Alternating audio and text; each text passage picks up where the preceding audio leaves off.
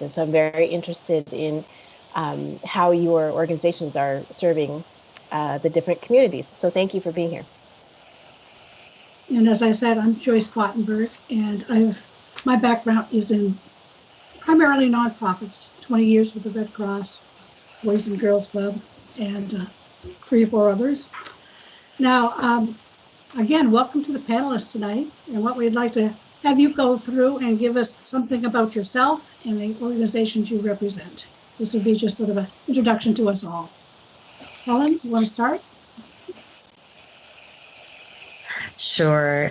Good evening, everyone, and thank you for your introductions so far. I am Helen Wong, and I work at the Chinese Information Service Center. I'm a coordinator of the Kaleidoscope Play and Learn program in the early learning area, as well as the coordinator of a new program that we have, which is the Anti-Bias, Anti-Hate program at CISC. Thank you. Monique? Did I say your name correctly? Yes, you did. Thank you. I'm Monique Martinez. I'm the executive director for Tomorrow. And we're a pretty new nonprofit, but we're youth-led and Hispanic-focused, youth-focused, which means that we really engage the youth to be agents of change in their own communities, which is super exciting. But I'm really into the arts. I'm the Bellevue Arts Commissioner, and I'm just so excited to be here today. Thank you. Thank you. Lalita? Hello, everyone. I'm Lalita Uppala, and I'm the Executive Director of India Association of Western Washington, go by she, her, and my work with IAWW involves providing support services, advocacy, and organizing for the South Asian Indian community across King County. And I am very grateful to be here today. Thank you for including me. Thank you. And Nick, I've lost you. Are you here? Nikki? Yeah. Nikki, yeah. Hi, my name is Nikki Sharif. I'm the founder and CEO of MAPS MCRC and Kids for Peace. Thank you so much for giving us opportunity to come and speak to you all. We work closely with homelessness and hunger, refugees, and immigrants. Thank you. Well, what we have are some questions here, and I'll read a question, and I'd like to hear from all of you and how you feel about it, what you want us to know, how you feel, and makes no difference who goes in what order. What are some of the exciting things your organization has been working on recently?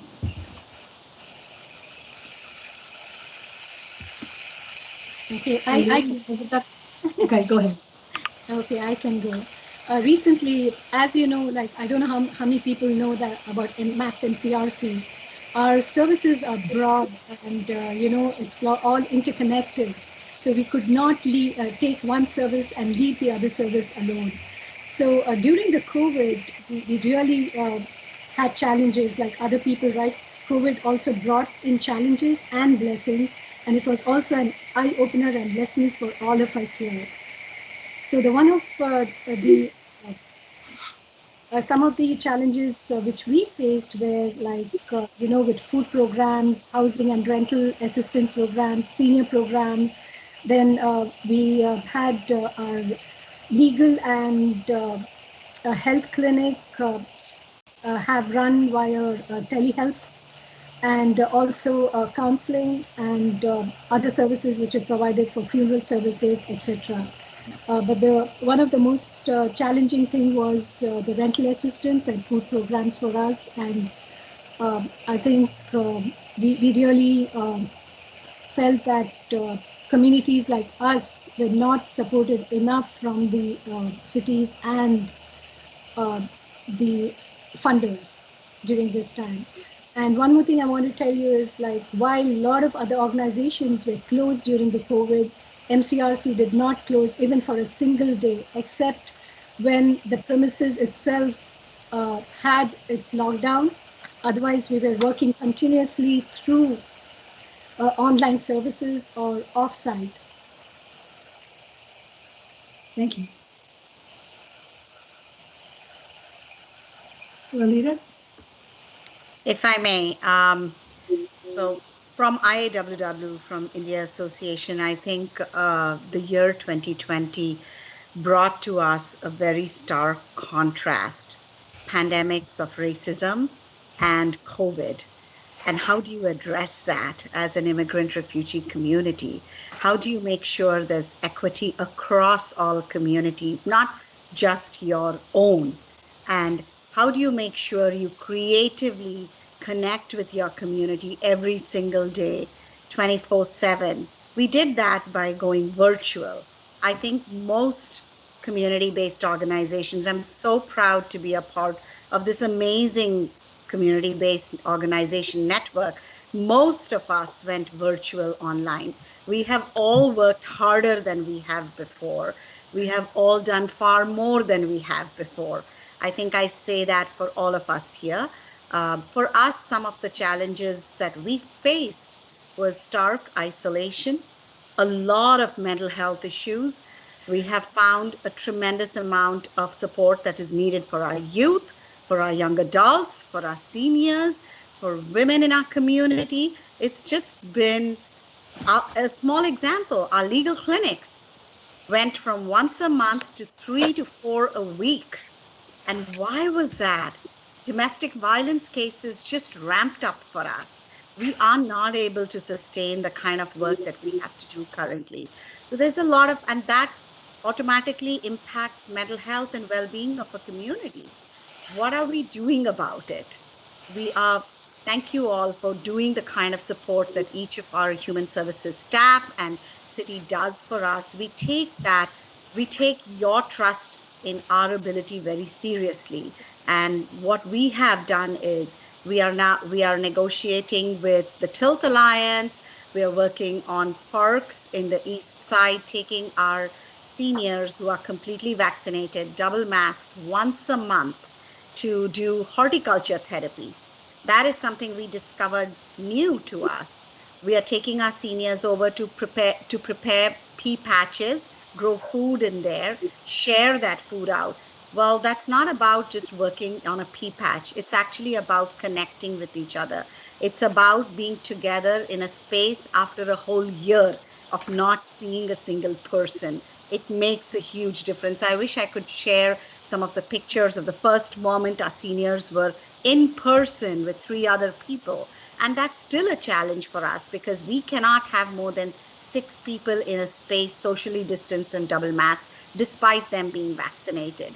So while we see a lot of challenges ahead in terms of continuing virtual programming for the different demographics in our community, I do want to say that the trust and faith that you have placed in us does go a long way. It does inspire us to do the kind of work which is 24/7, which is all of my colleagues here. I know they all put in that kind of work. So we do that, but the challenges of COVID and racism are not gone yet. And I doubt they will go away in the near future unless we get united, unless we come up with innovative ways to approach them, unless we cross those barriers of racism and hate that tend to divide us, and where we start othering people. So that's a big part of what we are going to be doing, in addition to the core support services that we provide, from senior support to youth support to women and families, early childhood, legal clinics, civic engagement, all of that. But above all of that, it is really our duty today as community-based organizations to really address these twin pandemics that we have seen in 2020 of racism and COVID. Thank you. Thank you. Our next speaker, Helen. Yes, thank you, Lalita, for lifting up all the comprehensive issues that have been plaguing our community. When you talk about racism, this is not something new, but with COVID, it has certainly, at least with the Asian community, really sparked increased hate and bias incidences in our community. But I want to just back up a little bit and just talk about CISC, similar to all the community-based organizations here, working and shifting and being creative in regards to having limited resources and being able to think outside the box about how do we serve our communities, right? We serve immigrant communities. We serve families from youth to seniors, and we had to pivot with very little time to maintain the same quality of services, and if not more, reach out to be able to sustain the thousands of inquiries we have in regards to how to put unemployment claims, right? People who had limited English proficiency, but needed to find out where to get a vaccination shot. And so we have been working 24/7. We've been wearing multiple hats, and we are in need. But if you talk about exciting work, we also celebrate, right, what we have been able to achieve. So working in partnership, we've been able to vaccinate 1,790 adults who live in affordable senior housing across King County. And this is not just a vaccination, right? It's contacting, it's follow-up, it's speaking in the language that they speak, it's assisting them and knocking on their doors and making sure that they make the appointment, because they have a 15-minute window time to be able to get to their appointment or they miss it, right? And they don't have technology to be able to make those appointments. We've created a vaccination hotline in Cantonese and in Mandarin. We have Russian support, Spanish support, to be able to reach different communities in their local community. We know for Play and Learn, for families, early learning opportunities halted, right? Families were afraid to go out because, as Lita was talking about, facing racism or safety, facing, fear of having COVID and not having the information in their language to be able to understand what were some of these safety precautions that are needed. And so we really advocated for bilingual Play and Learn, so that they had the opportunity, caregivers and grandparents who were taking care of their children were able to teach their children and have quality early learning experiences where they can understand and be able to continue that preschool experience for early learning experience for their children. And we knew, as Lilita talked about, the issues of racism that have been happening, and that we joined the King County Coalition Against Hate and Bias, and we provide confidential community reporting in six different languages to be able to have community members who would not report otherwise their experiences of bias and hate. And we currently have 200 reports. So we have reliable data to be able to show what's happening in our community. Thank you. Wow. Helen, how much is that? How much of an increase is that over the past year? So if we're talking about locally, there has been no data prior to this, right? But if we're looking at police reports, I believe the latest has been 11 in King County, specific to anti-Asian racism incidences. But we're part of a coalition, and Monique is part of that coalition as well. So there's a number of community-based organizations that are all taking these types of unique reports. So the 200 reports are over what period of time? So thanks for that question. It is primarily from March to March. So March of 2020 to March 2021. And we know those numbers are underreported. And that's, why is that? In regards to the underreporting? Yes. So again, language barriers, a lack of trust in regards to never been asked before, right? whether that question has happened, a lack of understanding of what bias and hate means. So we've done a lot of awareness training for our community members to let them know that their voice matters and that this is, the definition of what is bias and what is a hate incident, and that you have the right and the voice to be able to report. What do you do with this information? Do you work with the police to investigate it? Do you do your own investigations? So the coalition is non-police involved, although so we look at community-based solutions and responses, and what we're doing is, because it is data that can be analyzed, and we're looking for resources, right? It's in how to then be able to share this data so that we can work with Metro or public transit, or we can work with schools, or we can work with hospitals and say, these are some of the trends and issues that are happening, and that we want to work, let you know what those issues are and how we can work together as a community to be able to address and prevent these incidences from happening. Thank you. So can I just clarify? So is the coalition collecting all of this data from different member groups and aggregating? Okay. Yeah, and Monique can talk to that uniquely about how each community and member of those coalitions are able to receive that data and what they do. How do they outreach to their unique communities, and what we do together collectively as we get this data in. Just to kind of follow up, can I ask why you would not want to report some of these to the police so that they can investigate and take action? So a lot of community members have a lack of trust of the police.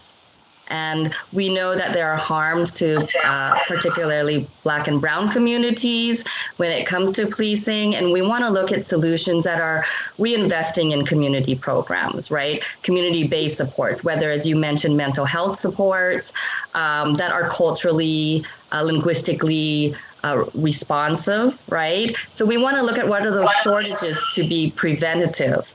But we don't, if people want to report to the police, that's certainly their choice. And there are times that, we may help them if they want that support, but that's not our focus. Our focus is really supporting community supports that are really looking at outside of the box solutions, because we know traditional methods haven't worked in supporting our communities.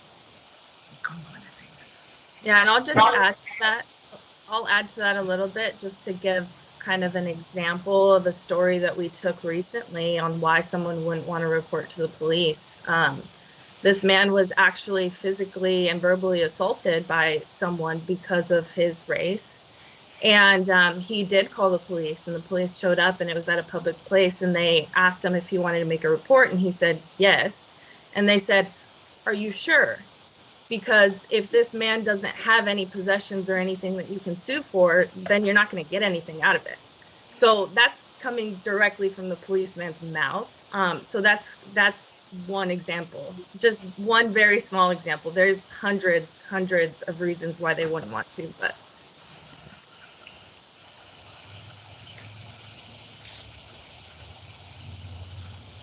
Any other questions? And do we have our fourth speaker here? I'll go ahead. Thank you. So, like Helen, we are also part of the East King County Coalition Against Hate and Bias. But our work kind of stemmed from a grant that we got from King County to conduct a community assessment on the proposal and the budget priorities for addressing racism as a public health crisis in King County. So we got that grant, and what we did was we formed these focus groups, one for the youth community and one for Spanish-speaking Latinx community. And so we conducted these focus groups starting in November, and it went through December and January, and then we turned in the report in January. So that was kind of where we started with it, was trying to understand what's going on and what's the understanding from our community. And then we joined the Coalition Against Hate and Bias, and so we've been taking stories. And it's been really tough to hear these stories. And it's also been a really great experience connecting with our community and letting them know that we're here to at least listen. This work is in phase 1, so it's I mean, we're just barely starting and we're building as we're going. So we're taking the stories. Sometimes we don't even know what to say because the stories are heartbreaking. And we don't even know what resources to give because there aren't that many resources for these types of things. So it's hard work, but it's something that our community is grateful for, and we're grateful to be able to be a part of this work. And to have amazing partners like Helen, CISD, kind of leading the way too. But we do outreach and assistance for the Spanish-speaking community to file these reports. And then another exciting thing, and I really like this question because a lot of times we talk about what we're doing, providing for basic needs, housing advocacy, rental assistance, things like that, which we do. But the exciting things and the things that we really want to shed light on are work that kind of ignite our passions. And so one of the things is we are hosting the Boom and Shout conference for the Bellevue School District, which is it's virtual this year, which isn't as fun as the in-person. Usually it's hosted at Bellevue College and it's an all-day event. And 200 to 300 students of color, boys one day and girls the other day, show up, and they get just an amazing experience to be represented. And we bring adults of color to teach classes and give non-traditional education and share their stories. And so we're excited to see how we can do that virtually and how we can make that impactful for the youth. It's difficult, but we're trying to engage them as much as we can during this time. So it'll be fun. It's in June, so we're excited for that. I have a question. Questions for you. One was, what is the conference called? Boom and Shout. So Boom is the boys' conference and Shout is the girls' conference. That's so cool. That's the first time I've heard of it. How long has this been going on? For a while? This is going on the 6th year. Wow, that's yeah. Awesome. So also one of the things we're trying to do is create awareness that this is happening, and also kind of a path for other school districts or other cities to create something similar in their own district. So we really want to this year create an outline for how they can at least start this work in their own city or in their school districts. So it's only for Bellevue School District students? Yes. Yeah. Cool. And then my other question is, you mentioned how there's very few resources, and this can go for the whole panel, for folks who are victims of hate crimes. And I'm just wondering if, it's something that we're seeing a lot of, and we are a growth in this area. What kind of services do we need? What would you like to see? What kind of funding would you, we would like to know what you'd like to see and what you can dream about so that we can think about, using our dollars in that way. Yeah, that's tough because it's such a deep-rooted issue, right?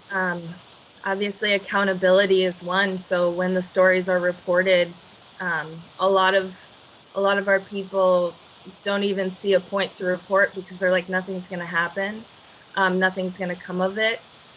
But just maybe support groups, healing circles, spaces where they can share and decompress from those stressful incidents.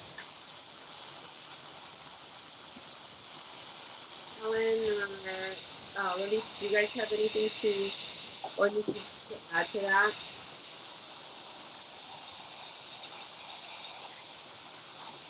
Who's speaking? That was me. This is Joe. Asking if any of the other speakers would want to add to that, answer that question. So this is Lalita from India Association, and I'd like to add to that saying some strategies to equip why do our community members not feel comfortable going and reporting any hate or bullying issues to law enforcement? Why do they assume that reporting is, why do they not report? Why do they not come to us? Or at oftentimes when they experience these issues, do they consider this the norm of life in America? How do you explain, educate, and make community members aware? So I'd like to look at workshops like that are about anti-bullying, that are about bystander training, that really provide you the opportunity to use successful strategies, but then customize them to your community's needs and use language assistance, use the culturally nuanced approaches, and bring them as mini workshops, whether they are virtual or in person, to our communities. And I'll also open this up to Helen. I'm sure she has something to add to it too. Those are great ideas. It's nice to be able to be a part of that discussion and just generating. Definitely along the same lines.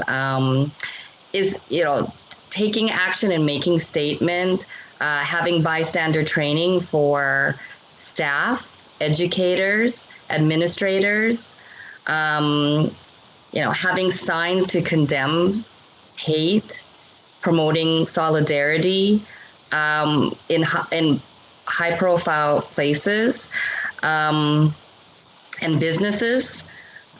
Training for managers I had mentioned. But I think it's like a multi-level, as Monique was saying too, right? You have to get at the root. So let's look at the schools and the curriculum, and is there, history that is taught? Is there, do we have BIPOC teachers or educators in our school system, as our administrators and as role models, right? And then addressing those roots about accountability, as Monique was saying, like, so much of that is happening, our incidences about children being Zoom bombed or coronavirus tag in the playground. Nobody reports it. And often for our communities of color, they just take it, right? They feel like this is a normalized behavior. And there's a sense of like, what did I do wrong, right? And the parents who have limited English proficiency, and they can't speak, they don't want to, or they don't know how to speak to the educators or speak up about it. And so these kinds of supports are so important. Having counselors, mental health supports, somebody mentioned healing circles, gathering spaces, cross community solidarity, to racial solidarity, to be able to say, this is happening in my community too, and we should explore actions and activities to stop it, because it's unfortunately likely not going to get any better any soon. You brought up an excellent issue about like counseling. Is there any programs that people who have undergone some of these, kind of attacks that they can go to and talk to and help kind of, move on from these? No? Not really. Unless they seek therapy for themselves, which that's already kind of a barrier to begin with in some of these communities. Yeah, this is Nikki here. I'm sorry, my internet connection is not very good today. I apologize, it keeps dropping. So I would like to say that we have stepped up and started education programs because we realized that the behavioral health and mental health was a big issue, and it was a growing need for us to educate our community members, and especially with the things which are happening in the communities recently, like the Black Lives Matter and the Asian community.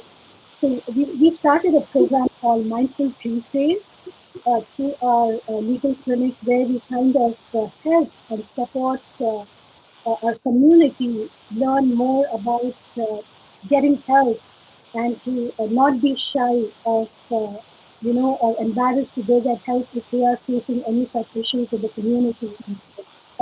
And we have built up trust in the community. So now slowly people are opened up. And we see a lot of domestic violence issues, and people are coming out for help in this. And we've also partnered with NAMI, and we are doing some programs for youth and also general public. So I did want to reflect on that, Commissioner, on the question you had brought up. Counseling is always great. And how do you connect the community, the individual who's experienced the trauma to the mental health counselor? And how do you establish the trust between the community member and the counselor? And what we have started at IAWW and what has been supported in a was part by the city of Sammamish had also been establishing a South Asian mental health counselors network who are not new to your community, but who are embedded in your programs. And they are already part of our monthly support groups. They are part of our senior journeys. They are part of some workshops that they already participate in, which makes them familiar faces to our community members. And the hope then is that if our community member then feels comfortable, can reach out to them. But even then, there is that whole education awareness piece. What is reportable? What is something that you can step forward and seek help for? This is an immigrant's way of life. We just don't talk about it. If we are going to bring this up and we are going to reach out to particular law enforcement about this, the gun is automatically pointed towards us. We're already making an issue about this. How do we make our community members feel safe when they step up and talk about what happened to them? There's still a gray area around that, I believe. And I do think, like Monique and Helen mentioned, there is work to be done on that end from community-based organizations. And I understand that we don't always have the capacity for it, but that we do see that connector has to happen between the professionals and our community members. So I'd like to ask a question on that, Lalita, and this is for anybody. What is how do you see the community, your organizations and folks in color on the East Side, relationship with the police? How can we, so when you talk about getting to the root of the problem, around hate crimes and then accountability and all of these issues, and there's a big piece is in law enforcement and their response to Black and brown communities and communities of color. So are you guys involved in reform, conversations with the police? What is your sort of position on, there's a lot of talk around, we really need to change it from not a law enforcement but public safety perspective. There's a lot of stuff going on around defund police in Seattle, maybe not so much on the East Side, but holding police accountable, but also building relationship with them. It's a complex situation. So I'm just curious if you guys are involved with any of that.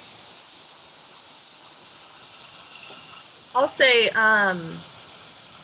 For Tomorrow is pretty involved in this because the youth find it very important. And they want to speak up about these things. So when COVID first hit, we were hearing a lot of questions about, okay, is there going to be a curfew? Are we going to be arrested if we're in parks?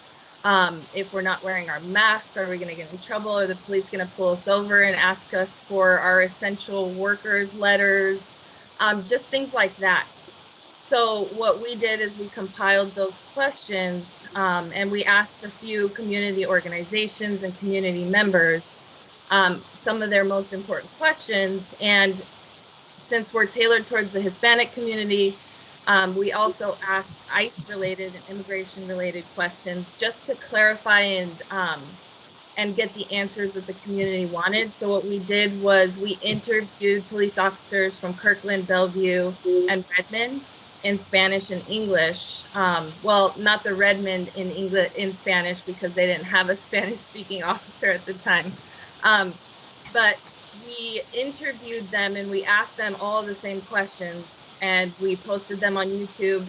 We sent them to the school districts and the cities, and it helped answer a lot of questions and just reiterate the stance from the police department themselves, what they would do in certain situations. And so we felt like that helped at least alleviate the fear of just not knowing, because a lot of times it's just they don't know, right? And they don't feel like, especially with the immigrant community, they don't feel welcome, or they don't feel like they can go to the police because, oh, they're working with ICE. So we really wanted the police to say, we're not working with ICE, we're not going to call ICE on you. And they did. And so that was really important to us and to our community. And I agree with that. I think what we have done in the past is when we host our pop-up community centers in the different cities on the east side, we always have, once a month, we have that specific city's police available to come for our intergenerational community lunch. And they're a part of our community celebration. That is one end of familiarity that we like to establish.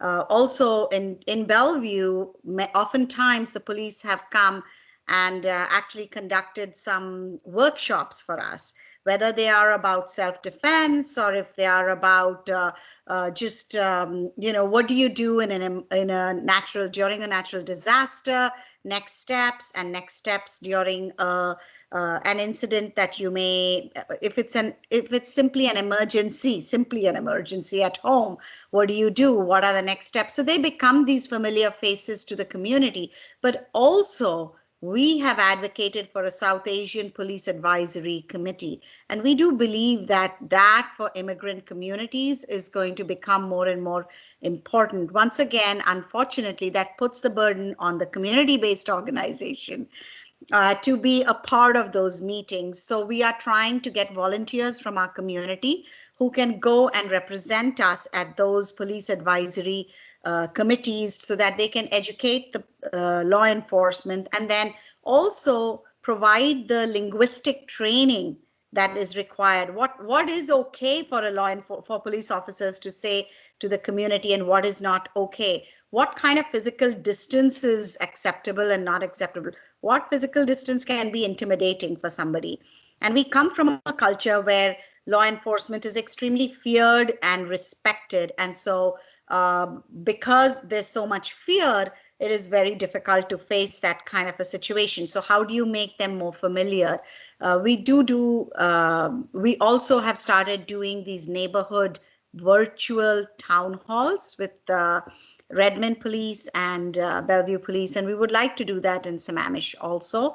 So there are different strategies that we have started working on, just taking into consideration what does divestment mean, what does investment mean, why is it important to invest in communities and in community programs, and what is a good bridge to have with law enforcement. It is a delicate situation, and so we try to work that through conversation, dialogue, workshops, and familiarity. I would like to add what Lalita said right now. Also get involved with the local faith-based organizations because they know exactly what kind of people come there and how they can, and they have these trusted resources over there. So that's how the law enforcement officers and the local communities and its members can connect together and build bridges. And just the same experience with CISC is that we have had, opportunities to increase familiarity. So that would be safety workshops, if there's an emergency, how to, and you don't speak English, what do you do in those situations?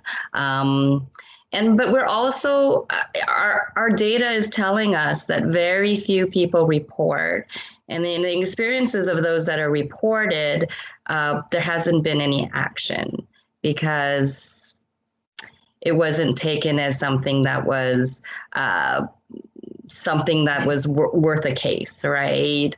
Or it was out of their hands in regards to freedom of speech. So very few of our actual reports do go to the police out of the 200 incidences we have. And so we're really focusing, partnering with grassroots initiatives, as well as community-based organizations in our community, to be able to and with the community members themselves. So our next phase is looking and asking our community members, what does safety mean to you, right? What does it mean to feel safe in a whole sense? Not that you're, unfortunately, there's the immediacy of being attacked. But what does it mean to feel safe in that community so you can walk any time of the year, and that you feel welcomed, and that you feel that you can go to any space and not be in danger? So I think those are the bigger questions about what would promote that safety for you, that we want to ask our communities.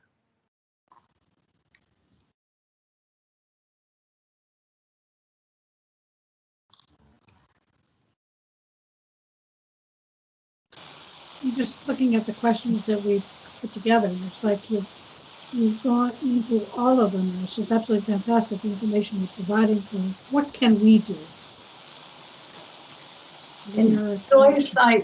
Joyce, I had some follow-up questions. Please do. Okay, so I had a two-part question. One was more about this past year, because it has been a very difficult year with the pandemic, with the Black Lives Matter movement, with the hate crimes against the Asian American community. So what have each of your organizations done to specifically, tailor or customize your services, particularly, to meet some of the new challenges that have come up over the last year? So that's one. The other question is a question we often have for providers, just to get a better understanding of how is it that you do outreach to your communities? How do the communities that you serve learn about your services? And what have you found to be the most effective tactics and approaches when it comes to doing outreach? What has worked particularly well when doing outreach to the communities that you serve?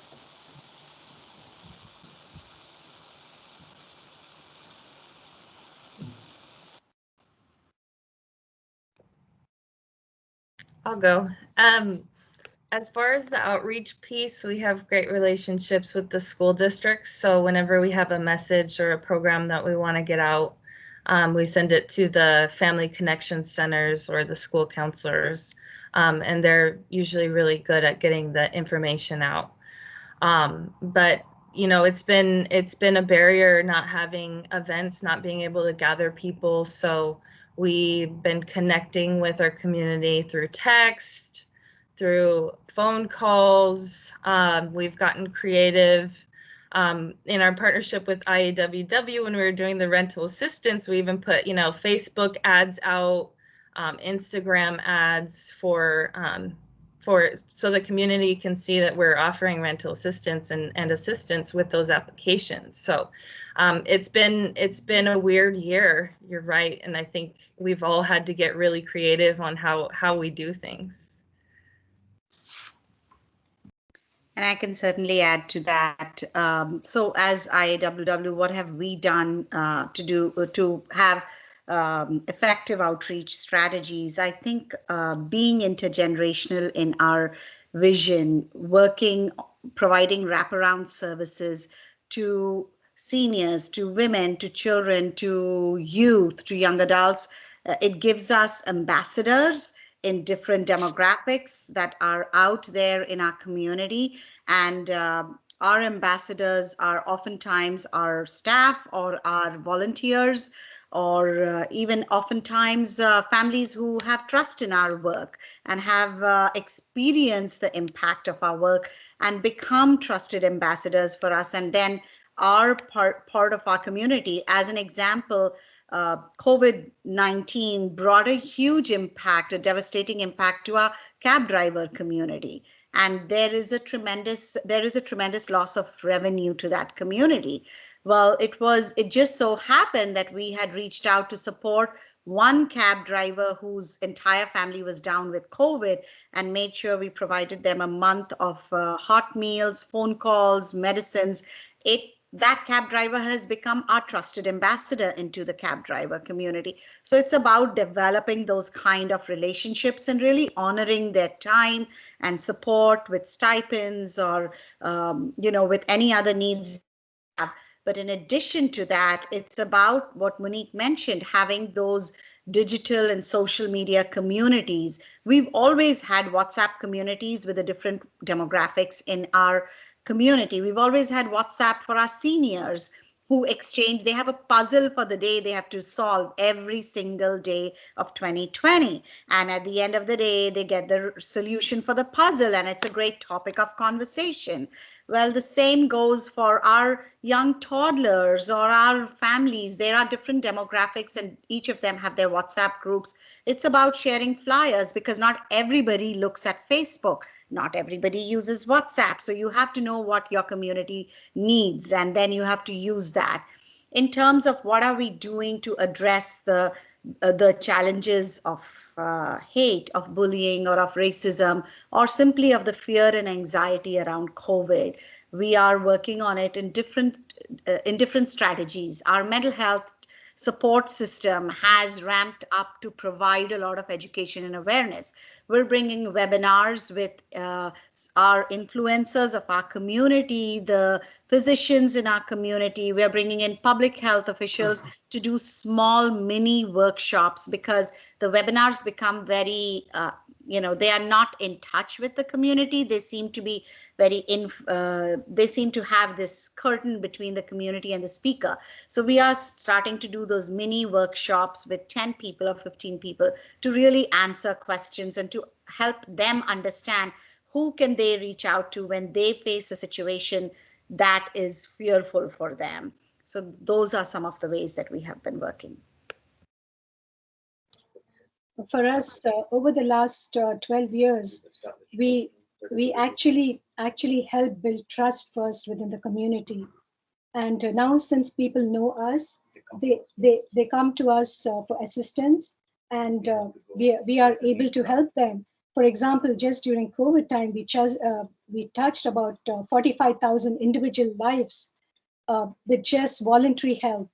There was 30,000 voluntary hours which we put in from March last year to March this year, and where we helped with food, whether it was food programs, which we offered 5,000 plus families with food, and whether it was a community clinic, which we gave individual free services for more than 500 individuals, and whether it was like COVID vaccine, which we were one of the first ones in the east side to provide the COVID vaccine, along with the Albertsons pharmacies. And whether it's the housing and rental support, over 750K was distributed to just the communities of color in our community. And also, like Lalita says, IAWW, we also have the senior programs called Golden Times. Our seniors, for the first time, they became tech savvy. They did not know how to use technology except for receiving calls and answering calls. So this time, 185 hours were just put into like laughing therapy for them, and weekly Zoom, interactive conversations used to happen between seniors, and still happening. And the thing is, most important thing I would like to say is like the trust we build in the community. I don't know whether you all heard this coffee place called Black Coffee, which was vandalized multiple times. So we were able to reach out to them and ask them what their needs were and how we could help them in their community. And we provided them not only with food items, food cards, and hygiene items, And another great thing is we believe in partnership. And we partnered with Kids for Peace this time. It's a youth-run organization who provided hygiene kits. So it was a big need. People don't understand. We all focus on rental and food services, but something which was missing was the hygiene items for a family who could not afford to put food on their table. So during this pandemic, that was a big need in our community. So that's one thing I would like to bring to your attention. I don't know if I have anything unique to share, but just to emphasize, trust and relationship is so vital. And building that trust and earning that trust is vital.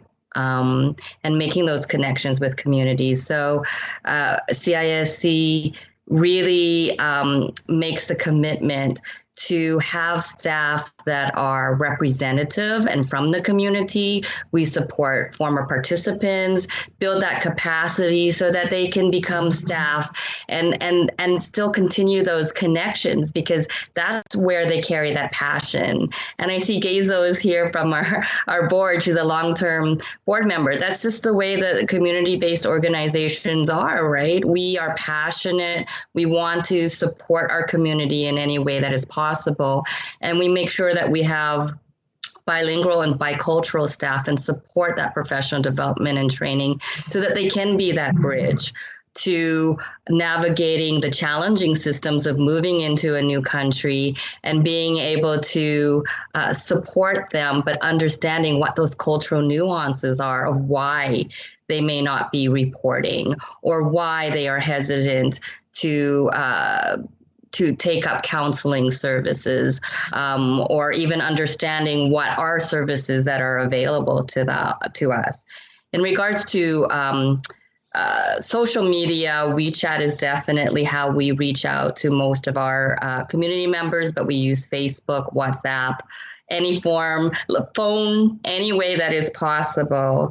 And as you know, as I mentioned in regards to our response to hate and bias, we're really committed to building and supporting community-based organizations to expand this coalition, to work at addressing these systemic and structural issues that this is an opportunity, right? COVID has shown us what is disproportionality and disparity, and we need to really be a call to action, right? As all of us are part of supporting the community, that we need to do that work. And again, building awareness and education, encouraging reporting, and also developing resources that will truly help the community to heal, because we need that, we need that. Thanks. Stan, did you have a question? I do. A little bit off of where we're at. Myself, when I look at things like the city's website, it does not seem very culturally sensitive. I mean, it's all English. It's hard to navigate. Is this a situation that the city needs to look at? Is it something that your communities that you're dealing with access or would access to find, services or help that they might need in response to emergencies and things like that?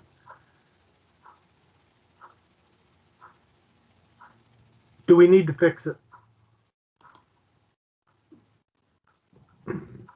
I would say yes. Having it, the drop down at the top, I think Bellevue has the drop down at the top where you can change it into multiple different languages.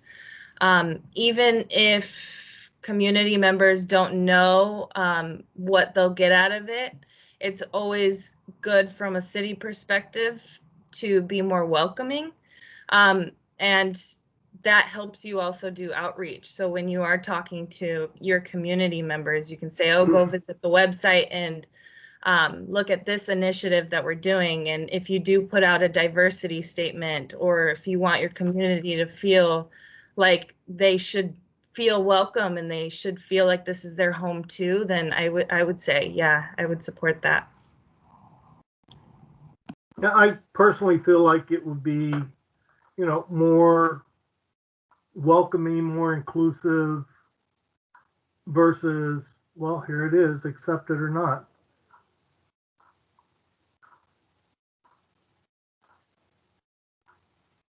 Thank you.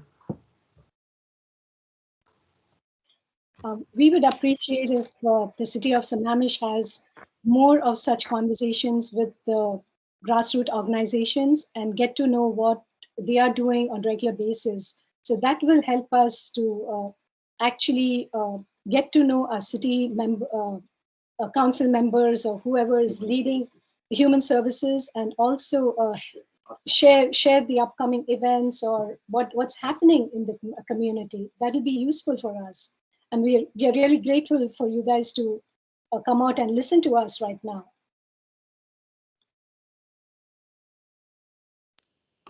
Yeah, I would love to invite you all to send Joyce or Rita,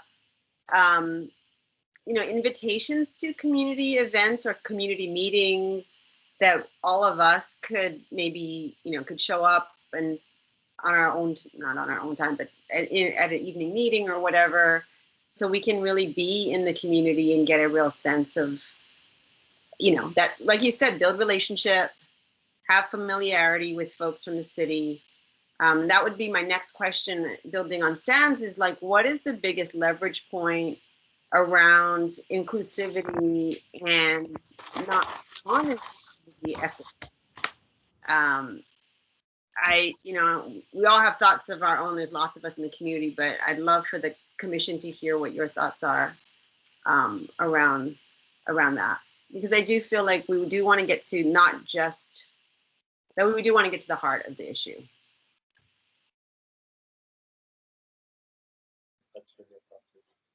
We would really like the cities to provide all the grassroots organizations support and what they need, because these are the organizations which actually are there helping people with socially and culturally appropriate clients and with services. So can I ask? Oh. And we also work largely with marginalized communities. So it'll be great for us to build these bridges. Nikki, I believe, just to follow up, I believe earlier you said something about not getting access to resources in addition to all of the other challenges you guys were facing this year. Did I hear that correctly, that it was a challenge to get access to resources? And is that, donations? Is that, money from cities? Yes, the funding from cities for the grassroots organizations, that's what I was trying to say. Mm-hmm. Most of the fundings go to large organizations, the mainstream organizations. Grassroots organizations like us, MCRC, and Kids for Peace, who are working with cultural appropriate and sensitive services, land up not getting any funds. Even if we get, it's like a very small amount, which is beyond our services. Because if you take, for example, MCRC, right? We have only one paid staff, and rest is all like volunteers, including myself. And last year, just in 1 year, we put in 30,000 voluntary hours. It was not easy. We did not expect this pandemic to happen, right? And the fund and funding for such organization is really important. Mm-hmm. And we reached out to more than 45 to 1,000 to 50,000 individuals. So that is a lot for a small organization. Yeah, that's an amazing amount that you provided. And I think I see Monique, Monique, I see you nodding your head as well. Similar issues? So Nikat, what would you say are the barriers to receiving funding? What do you think are the barriers you face? So basically, it's a lack of awareness, right, of organizations like MCRC or Kids for Peace or IEWW or like any other organization who's sitting here today. like the scale of services we are doing, it's more than some of the large organizations who are spending the public money on administration work rather than putting back. For example, MCRC puts back like whatever grants or funds we get from the cities, 100% goes back to the community services. We don't use it for any administrative purposes. I think it's a lack of awareness between the city and local organizations.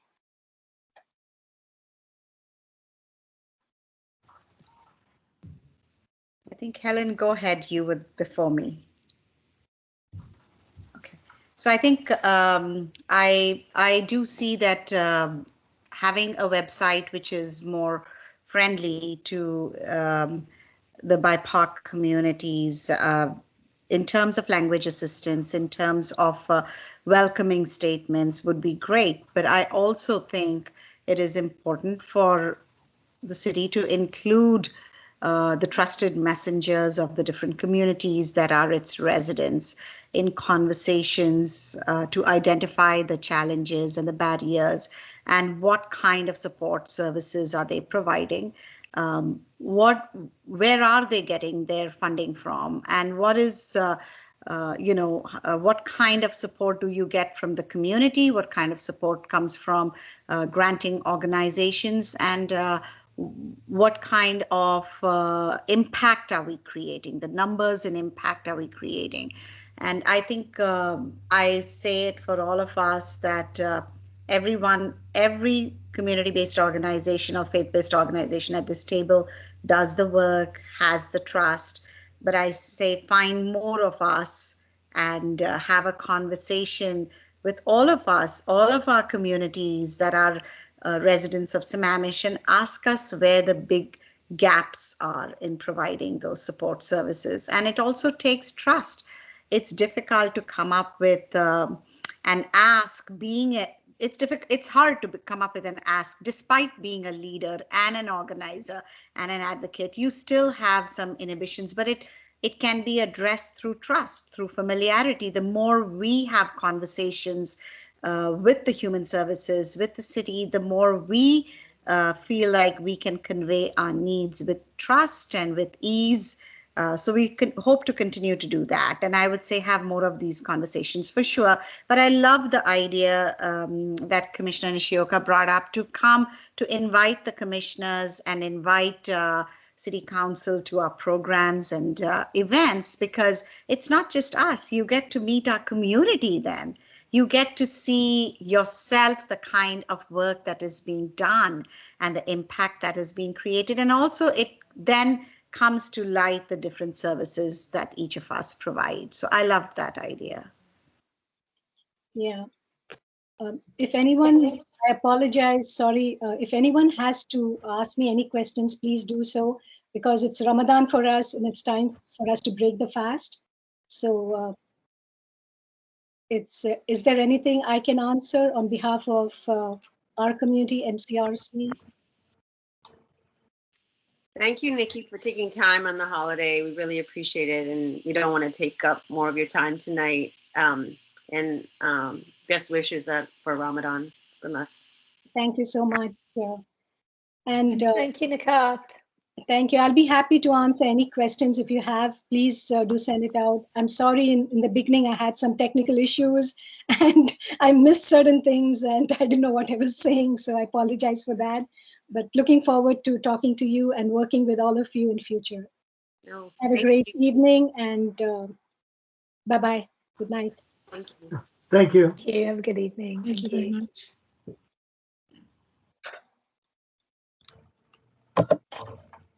If I can just, I just wanted to add everything again, +1 on what everybody has talked about.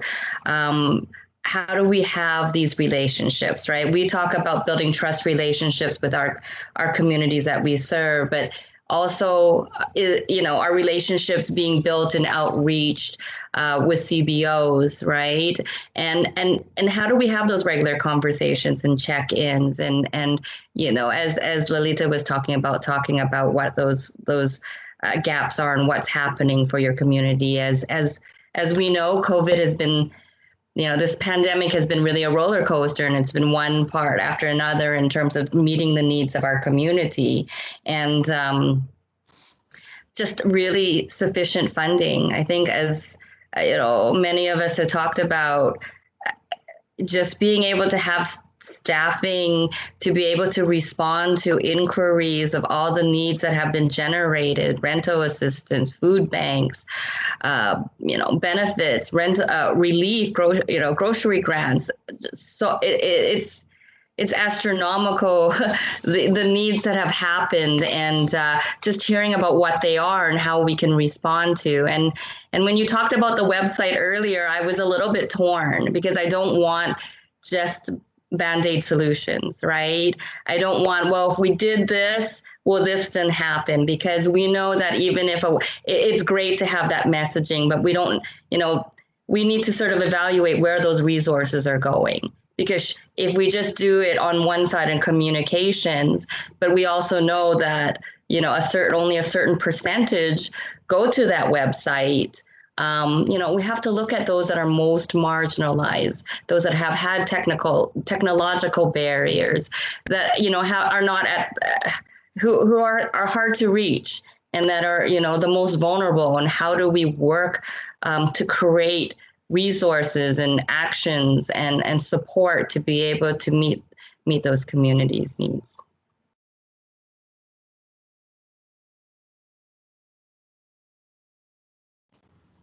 I just want to highlight the work that you all do and the individual relationships that you build. So when you do case management or when you do your referral, you're not just like sending out an email with a list. You're talking to them on the phone, or you're meeting them in person. And that's the stuff that really makes a difference. I just was on a call with a bunch of BIPOC community connectors for our organization, and they were saying that, these folks need one-on-one technical assistance. They don't need an email that sends out an announcement to everybody about information, or a website that they go. This, not to say our website is bad and we shouldn't invest in a website, because everybody needs a website. But they need like one-on-one individual like contact and explanation of everything broken down. That's the kind of level that immigrant communities and communities of color folks need, especially folks who English is a second language. So I just want to say that I really know that that's what it takes, and I really appreciate that that's the work. And I know that takes a lot of staffing time and a lot of volunteer time. And so one of the things I do want to say is, although I really value that I know IAWW and all of your organizations are really capitalizing on volunteer time, I don't want to create a dynamic that we are only going to give to organizations that don't use money for administration or staffing, because all of you need funding for your own time and for your staff, to retain good staff and to manage your volunteers. And to say that we're only going to give to organizations, or 100% of the dollars go to the community, that means staffing time, and that means administration too. So I don't want to create this idea that, we have to look at the organization that doesn't have any administrative costs, because that's just not the reality for nonprofits to do high quality work.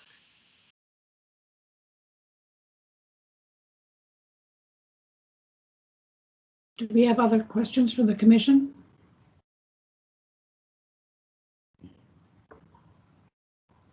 Are there other comments that our panel would like to provide us?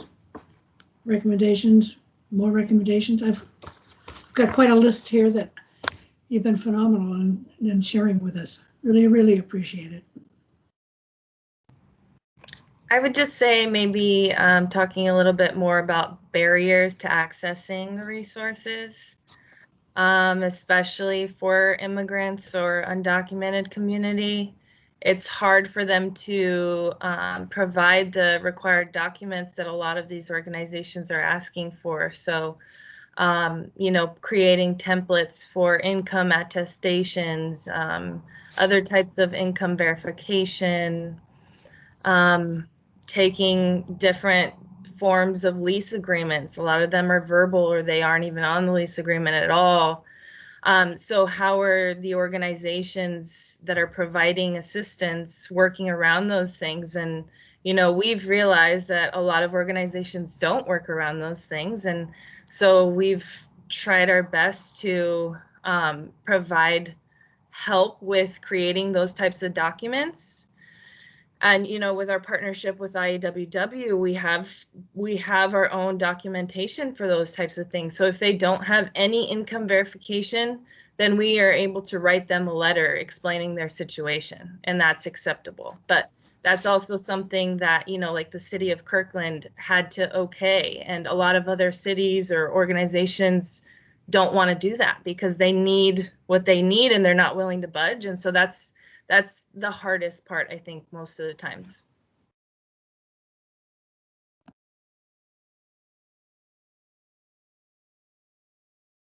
Helen, Lalita?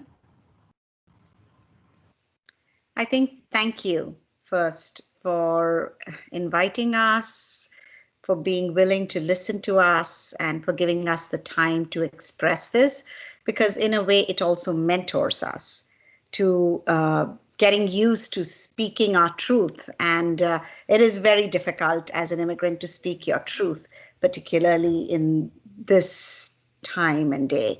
And if it is difficult for someone like me who leads an organization, imagine how difficult it is for that beauty salon owner who makes a living threading eyebrows and cutting hair and has a cab driver of a husband who went through a devastating accident, lost a leg, cannot work, has 2 kids to put through school, and depends on rent assistance. So it is that much harder. And we see these stories, I think each of us here see these stories every day. And we live through this, but we advocate for funding, and we turn to our community for funding, and we do what we can to get those funds. But it's heartwarming to hear the support that we hear here, that we can apply regardless of where those dollars go, and that there is a recognition that you need admin time, you need technical assistance time as staff time in order to get the work done and for it to be a sustainable effort. And that volunteer hours are good, but they can only take you so far. And that's very important for those of us in grassroots organizations to hear, particularly from the decision-making tables that are there in our city. So thank you for that reaffirmation and for your trust. Thank you. Helen? Again, it's nice to be in spaces that are welcoming to ideas and really sort of willing to listen to what those challenges are, right? Because as Lita was saying, it's not easy for us, and we have a lot of privilege in being part of the leader in the community to be able to tell these truths. But imagining those that are far less opportunity or awareness in regards to their rights, right? That are very vulnerable in terms of precarious employment, that are, very vulnerable. And so again, this is just such an important ongoing conversation, and important to really look at solutions that embrace all the community partners around the table, and to continue to listen to those stories that we are generating, because as Monique said, they're heartbreaking, and we don't want to hold those stories. We want to be able to share those stories so that there is change. And that's not us talking, right? It's our community members saying, if I share this story, great, but what is going to come of that? And we want to be able to bring those to light and to say there were these changes and make those connections and say, well, we talked about these stories and then we went to the commission and then this is what's happened since then. And that's going to make your communities, our communities safer. So that's what we want to see as our vision. Thank you. Thank you, everybody. This has been phenomenal. The stories have been, oh, wow. Well, shall we let you guys go home, except for our commission members? Thank you. Bye-bye. Thank you all. Thank you. all. Very We enlightening. appreciate it. Yeah. Thank you. Thank you. Stan, can you rejoin us? I'm here. Thank you. I Can want you to see see me? all our faces here. Well, what do you think? Remember those kind of It was very educational. Yeah, remember those wimpy cultural inclusion acts? How can we beef that up and be real?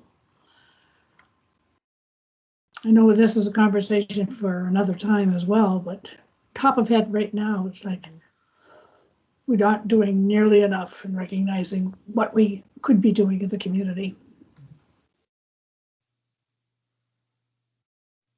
I'd love to Is hear it possible to maybe set up like a one day where we bring a lot of these organizations and set up booths so that people in our community can meet these different organizations and the various communities?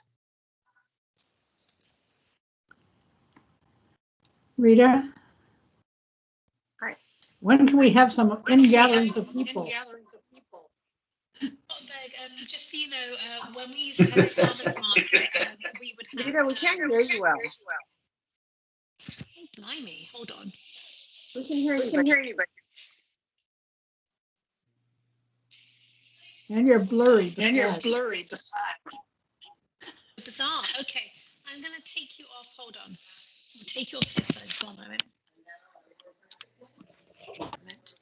Sorry, and then I'm going to put you on. Oh We my hear you goodness, now. technical You're great difficulties. now. Hold on, one moment, please. Oh my goodness. Should have bought a Chevy. Oh. I need to transfer it from my headphones to. Oh blimey! You know what? I might just have to open my laptop. Sorry. we can hear you, Rita. You That can was hear me better. okay, but it's hold on. Oh, aha. Okay. All right. Can you hear me now? Yes. Yep. Okay, Yeah, that's we good. can I'm hear so you fine. embarrassed. I was going to call my husband over to do tech support.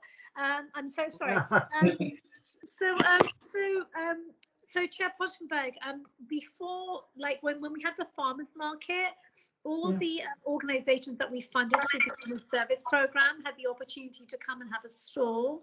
So I know that IAWW and CISC had stalls and had tables for the community to get to know them. That was on the back sidewalk. Right. Yes. Next to Kiwanis. Yeah. I remember. I would love for us to partner or bring a council member to the community rather than. I feel a little bit like we sort of like sit at our meeting and we ask them to come to our meeting when it's convenient for us. When really we should. I mean, that's fine. I think this was great. I think they're happy for the opportunity.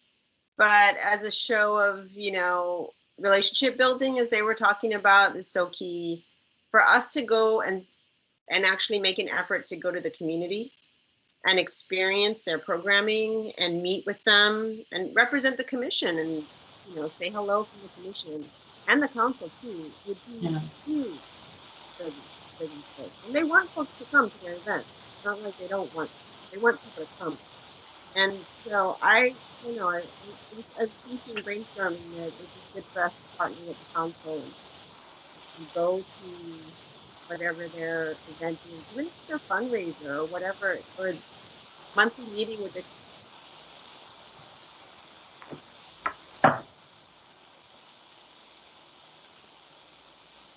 Well, anyway, that's my thoughts. Others? I mean, there was a lot today. How do we deal with the fear, the anxieties, wow. How can we help? Workshops, I heard, I've heard a lot of, would it be nice if, police from Bellevue and Redmond do this and that.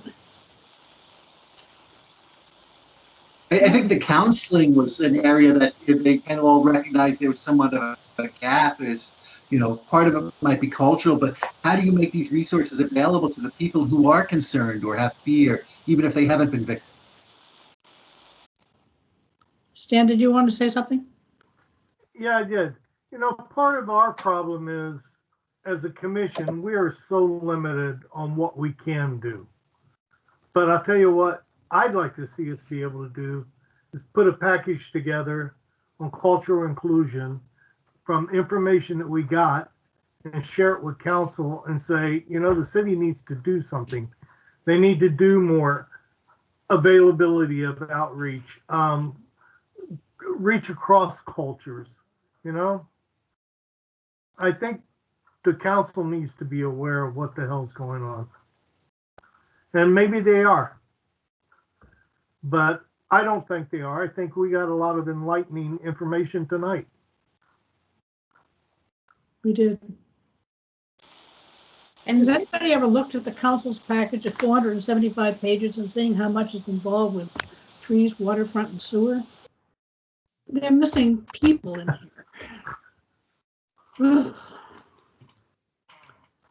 Well, we're not going to solve it all tonight.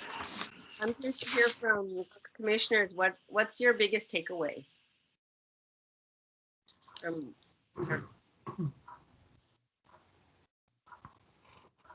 Stan? My biggest takeaway was they're struggling on being able to get the word out to what is available within their community. And also, there's other nonprofits out there that are providing services that I don't think are as inclusive as they represent themselves to be. I would agree with Stan. I mean, these are the groups, what I take away, these are the groups on the ground that are really reaching the actual communities of color because they're trusted. They know what the cultural barriers are. They know how to reach these people and build the trust. And like Stan said, there's bigger organizations with bigger names that get all the money. And these, small volunteers, what did she say, 45,000, people that they helped just on a volunteer basis, which was amazing to me. But these are the people that are actually reaching the communities of color. So, Julie, in the past we have received applications from MCRC, but the challenge that smaller organizations face is that their proposals don't have the finesse that the bigger organizations have. So we have our criteria, right? Our grading criteria, that how well do they talk about the needs in the community? How do they talk about using evidence-based interventions? So we have all these sophisticated requirements, which many smaller grassroots organizations are not able to meet those requirements. And I've seen this over and over again because I've worked at many funding organizations, at many philanthropies where those standards apply consistently. And then I'm seeing this in the Human Services Commission as well. But on the other hand, I do understand the challenges they face. Like Nikat was saying, that whatever resources they have, they put everything towards their activities. They don't have any resources for administration. So like for proposal development and things like that, they don't have resources to do all that. So I think we should also, if we have heard more broadly from the community that certain organizations are quite effective, we should probably take that into account. You know, even if the applications that they submit are not as sophisticated, but if we know largely, I mean, that's how I think some of this networking that Jody talked about will really help, because we should have our eyes and ears on the ground, right? I mean, we can't necessarily do that at the Gates Foundation because we are a huge philanthropy, but we are a local city funder, right? So we have eyes and ears on the ground. We have Rita as a city coordinator. If we were to network more, we would learn about more about these organizations and how effective they are. And we need to keep that in mind for next year when we go into our the whole grant process. And it may well be that we should, I mean, I just thinking off the top of my head, we identify that we are going to be committed to some certain percentage of the grants that we give to organizations that are what I would refer to more in the nature of startups. And so recognizing that they may not have the overhead, the sophisticated, they may not have the grant writers, they may not have the resources to do that. We should acknowledge that, recognize that, and support grants from those organizations. And probably we need to do some education with the council at some point to let the council know that this is what we're thinking and here's where we're coming from, that we may be missing organizations that are very, very effective. Stan? Yeah, this question is kind of toward Rita and Mike. Do we get advance notification on any fallout money at the end of the fiscal year that's available, hasn't been spent? Yes. I'm sorry, does that relate to general, just the general human services money, did you say, or? Yes, more for the general human services money, so that we could make recommendations on where the council may want to invest. So I think that's a Mike question. Mm-hmm. Okay, yes, Michael. I think, so Commissioner Gunno, you're referring to the budgeted funds for the grant program that don't get spent, and Correct. That can be right. So from 2019 into 2020, there was some unspent grant funding in our professional services line item. And I believe, Rita, correct me if I'm wrong, that was rolled forward to help with those mental wellness grants that were approved by council at the beginning of 2020. So there is precedent for using that carry forward money and reallocating it.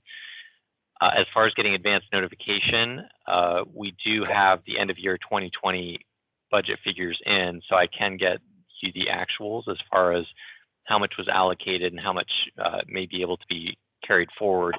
It also depends on the overall human services budget. So, you know, if maybe the professional services account was underspent, but for example, we spent more in another area, then we can only roll forward as much as we have in our department's budget. So if the cap is reached, then I'll just need to, sorry, I'm just overanalyzing this right now. I'm thinking through it as we're talking.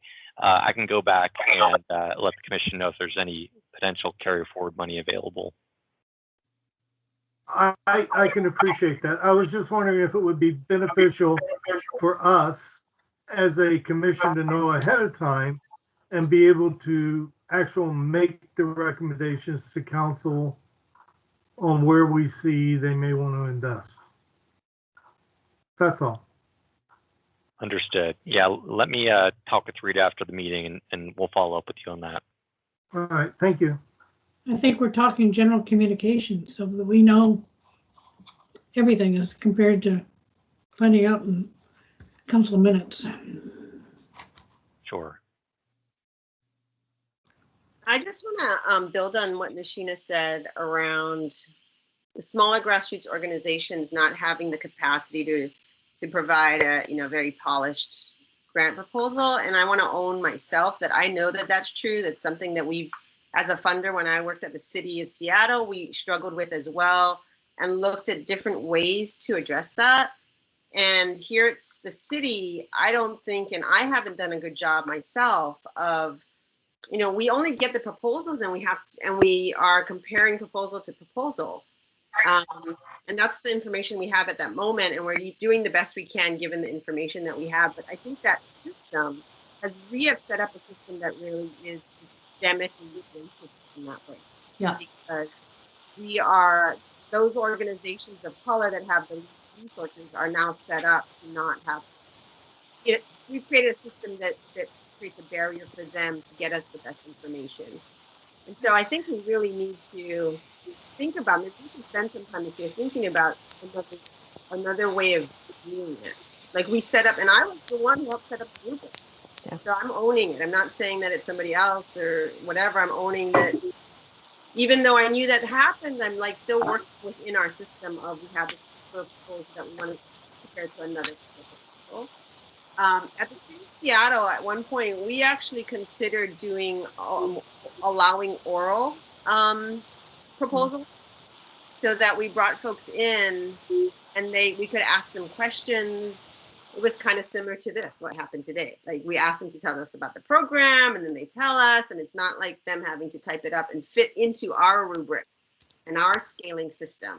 And they don't know how many points we're giving to this question or that question, right? And it's very rigid. So it's something for us to think about. And, you know, I feel like I'm part of the problem, and I really want to address that. Not blaming anybody else, but just saying it's something we want to think about. Yeah.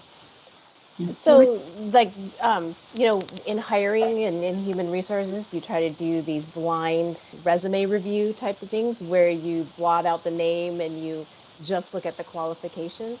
Now, I don't know how many, this is because I've never been through that process, like how many applications we get, but if there's any way, how many? 70. Okay, that's a lot. But if there's any way to like summarize them or something to make them so that they're all equal looking at the start, you know, like you said, Jody, like you somehow equalize it. But that's a lot. So I understand that may not work, but anything that we can do to kind of just take. We kind of do that. We get and these are 70 proposals across all the 5 different areas. It's not 70 proposals just in diversity. I don't think that would work in what we're trying to achieve, because we're going to base it off of the proposal that we get. And so the proposal already might not have the information that we need to make it equal. But that doesn't mean it's not a strong organization. It's just that they may not have written it down on the paper the way that we are plugging it into our rubric. Because we try to, we create a rubric and then we say, let's just look at this across each one. And then that's where it becomes unequal, because the raw data that we have is already from the very beginning not. So another. Sure. Yeah. Let's let Nushina. Nushina? So I was also thinking that we could consider providing general operating support. We are trying to do more of that at the Gates Foundation, because we have now consciously made a decision to work more with African organizations, because until now we have worked with large international organizations that are typically based in the North, like in the US, UK, Canada. And with smaller African organizations, we recognize that these are nascent organizations, they are new organizations. So they need some core funding, some general operating support in order to build themselves as organizations. So if, in our case, if we were to provide general operating support, it would help the organization to build those capabilities, to, to do some proposal writing workshops for their staff, or build like some organizational capabilities which will help them in the long run to get more funding. So that's something we could consider very specifically for these grassroots organizations. I'm not saying that we should provide GenOps support to HopeLink or some of the larger organizations we fund, but specifically for grassroots organizations, maybe we could consider some GenOps funding. I think that's a great idea. Thank you. Well, I've been on the basic need decision team twice now. And when you see 30 organizations that represent food, clothing, shelter, emergency services, and all that, and yet there are some things for the, what I call the regional good, and there are some things for the specific to Sammamish good, it's really hard, because where do we really want to help? We want to help everybody. And those regional things, whether they're the shelter in Kirkland or in Bellevue or wherever, our people will be going in there too, because we don't have it here. But there's, how do you deal with 30 entities with real needs? You can understand why they've been around and all. I mean, I understand the issues here. Anyway, maybe we should move to staff report. I think Stan wants to have the last word here. Yeah. Thanks. There's a few things. One, it's very beneficial when we're reviewing the grant requests that we do have the ability to reach back out to the service provider and ask follow-up questions. I think we need to do that a little bit more. It's unfortunate that we have to have measurables and follow-ups, to justify the funds that have been passed out, because some of the smaller nonprofits, it's very difficult for them to track the numbers, to have the administrative support to be able to track the numbers and have things that are reportable. So if there was some way to restructure how they report or limit the reporting, it may benefit them and streamline a little bit until they get up and running and, become a stronger, small nonprofit. Does that make sense at all? Okay, thanks. I saw a thumbs up from Jody and a nod from Rita, so I feel good. Rita, can we hear from you? Staff report. Yes, I'm happy to report out. So I think it's really related to like the COVID vaccine. So, a couple of weeks back, restaurants were eligible to get vaccinated, restaurant workers. So staff reached out to 29 restaurants in Sammamish, and of the 29 restaurants, 9 of them were not aware that they were eligible, and 8 of those restaurants were immigrant-run restaurants. So, when we talk, I know Commissioner Nishioka, you talked about it takes time. So, we sent emails out to people, but then I followed up and they still are not registered. So what we're going to be doing as staff is that there's a mass vaccination site that Eastside Fire and Rescue have at Westlake Sammamish. So our hope is that next week is to literally walk through, restaurant workers and help them fill their application, because we have, we basically we asked to basically have some slots available to us in Issaquah, because we realize now, it's the first come, first served, and these people don't have the time, they don't have the tech savviness, they're working, they're trying to do it on their phones. So we're following up there with restaurant workers. Also, we also have done, Eastside Fire and Rescue have a mobile vaccination unit, and we were able to work with the Sammamish Mosque. We know that as vaccinations become more readily available, it's imperative as staff that we identify which groups are not getting vaccinated and understand their vaccine hesitancy and work with them. So we were able to work with the trustees at the Sammamish Mosque, both Mike and I, and the Imam, the chief priest, was able to send out an email to the congregation explaining that even though there's Ramadan happening, if you get the vaccine, it's not breaking the fast. There was talk about, certain vaccines have a gelatin in, and they were like, no, it's completely fine. You're able to take, the vaccines. So on Friday, the mosque has the link, and 200 of their congregation will be vaccinated. As staff, we don't have any, sway as to where they put that, but we worked with the trustees and we said, we don't want a bunch of 19-year-olds, not that they don't need vaccinating, but really to look, and they're great and they understand it. Let's look at the seniors. Let's look at the people that were previously eligible and for whatever reason have not been able to get their vaccination. So they are absolutely committed to that. So that's happening. And then also in 2 weeks and 3 weeks time, we're also working with the Vedic temple as well. So yeah, we're just doing a lot of outreach. We've become, there's a lot of outreach going on right now on our end. And then I know, this is a great thing. Tent City 4, it's so sad. So Tent City 4, I know you guys all know, they were only allowed to be there for 4 months, and they came to us in February, and then we kept on asking for extensions. Hold on, someone's waiting in the lobby. Who is that? Okay, no one's waiting. Sorry, I beg your pardon. And so they actually left, I think, on last Thursday, and they left to go to Bellevue. They were with us for a year. They expressed how they didn't want to leave Sammamish, and that makes me feel really good because, during a pandemic, they didn't know where they were going to go.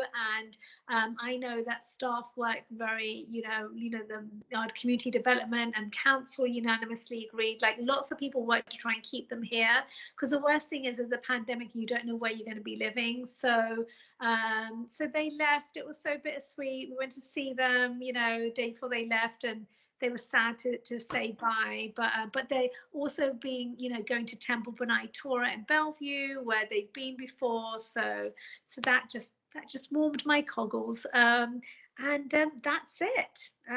So yeah, any questions? Really great work, Rita. Your team is really, really great work out in the community getting vaccinated. Well, I work for Mike, we're small but mighty team, Wow. That report makes me happy. Great job. Thank you. Yeah. Yeah. Getting people vaccinated, that's amazing. I know. I feel like I scratch it yeah. Especially in a community that has vaccine hesitancy. That's amazing.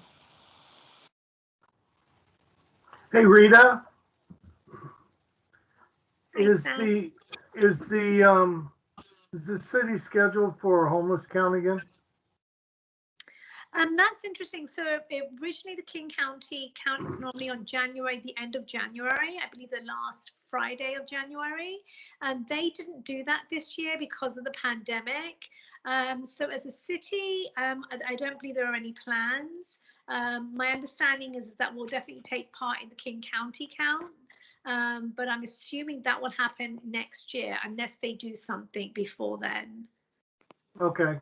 I just enjoyed going out with Norm and driving around a beautiful city in the middle of the night in the cold and the wet. I know.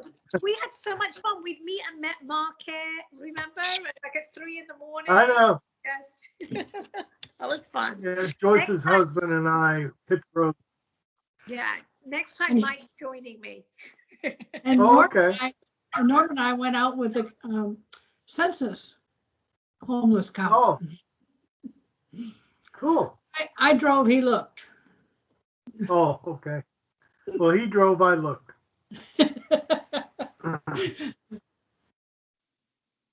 Anything more to come before our group?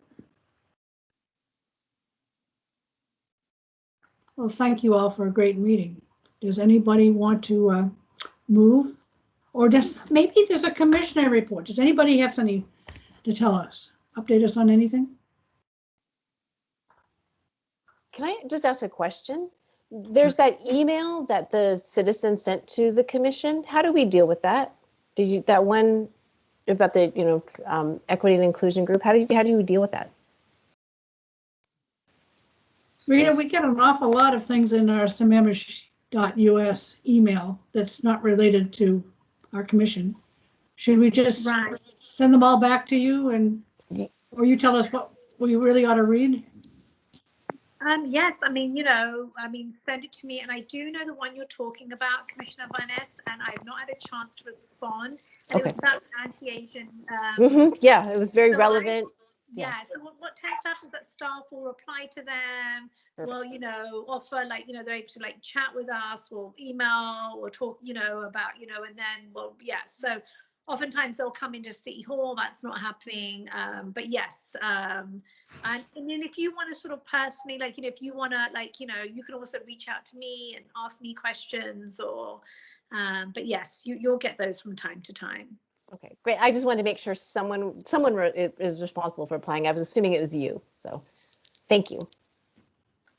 And the big question would be, should we suggest they come into our public comment time so we can hear 3 minutes of what they're talking about? Yeah, we always offer that up to people, absolutely. It's an open meeting, so yeah. No commissioner reports? Well, I'll just say that the seniors had the fire chief today, and we talked about wildfires and all sorts of stuff that we ought to be doing to our property and how we should be talking to our neighbors and how we should be thinking of our shelter in place and don't try to think about evacuation because how you're going to get off the plateau. Phenomenal stuff that these little 1 hour sessions have been. And coming up on the April 28th session is the Human Services Coordinator for the City of Sammamish. You know who she is. 11 o'clock on the 28th. If you I've heard she's very dodgy.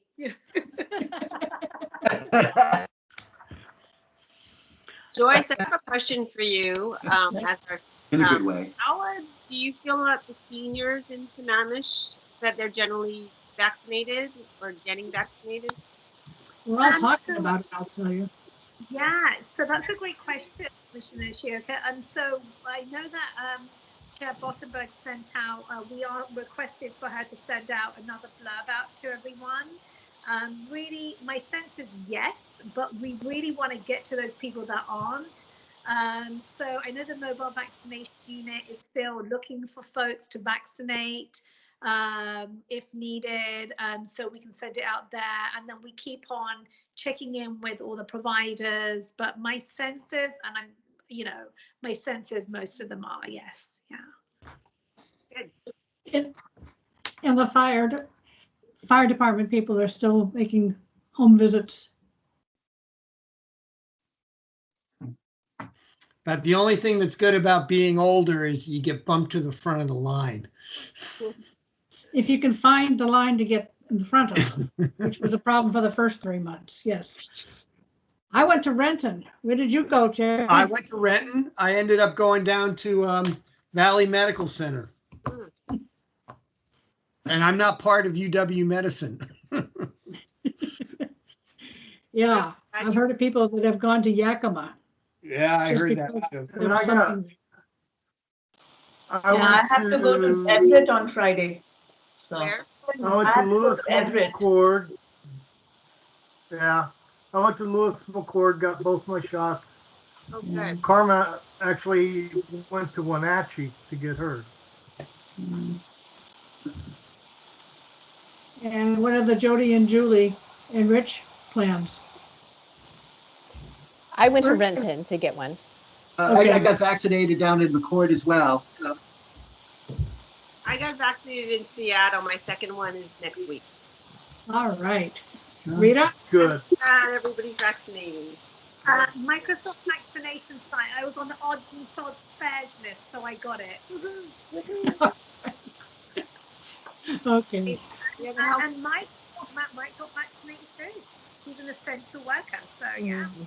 I got my first shot up there at the Snoqualmie Casino. The Snoqualmie tribe opened up a few spots for some city staff, and so luckily. You can play blackjack and get your vaccination. That's right. That's right. A question to Rita. Everything all set with the youth board for next month? Great question. So Mike and I have been in touch with Lynn Hadlos, the youth coordinator. We're still waiting for confirmation. So my sense is yes, but once we get confirmation, we will send out an email to everyone. And we're also planning to have the communications team at that meeting as well. They were meant to originally be today, but we thought that this was such a rich panel and such a rich discussion that we kind of needed to give, this panel the time to just, speak, whatever they needed to. So that's what we're planning on is for next month. So as soon as we get confirmation, we will let the commission know. Okay. Great. And then the other agenda item for next month is the resource communications efforts. Big that words. will be with the communications team. Yeah. Okay. Very good. All right. Are we meeting with them? Is that? They're going to be coming and talking to us? So it'll be the youth board leadership team, which my sense is like 4 or 5 of them. And then with the communications teams, there's 2. There's a communications manager and a communications coordinator. So, yeah. Great. And we had one of them in our fire department session this morning. Celia was there. Okay, any other business to come before the order? 8:27 by that Motion clock. to adjourn. Good job. I heard Second. motion to adjourn. I saw a second and third. Second. I guess it's official. Thank you all. Thank you. Thank Good you. Great night, all. meeting. Thank you. Thank you. Great meeting. Good Thank meeting. you. Have a lovely evening. Go eat dinner. Thank you. Bye. Thank you.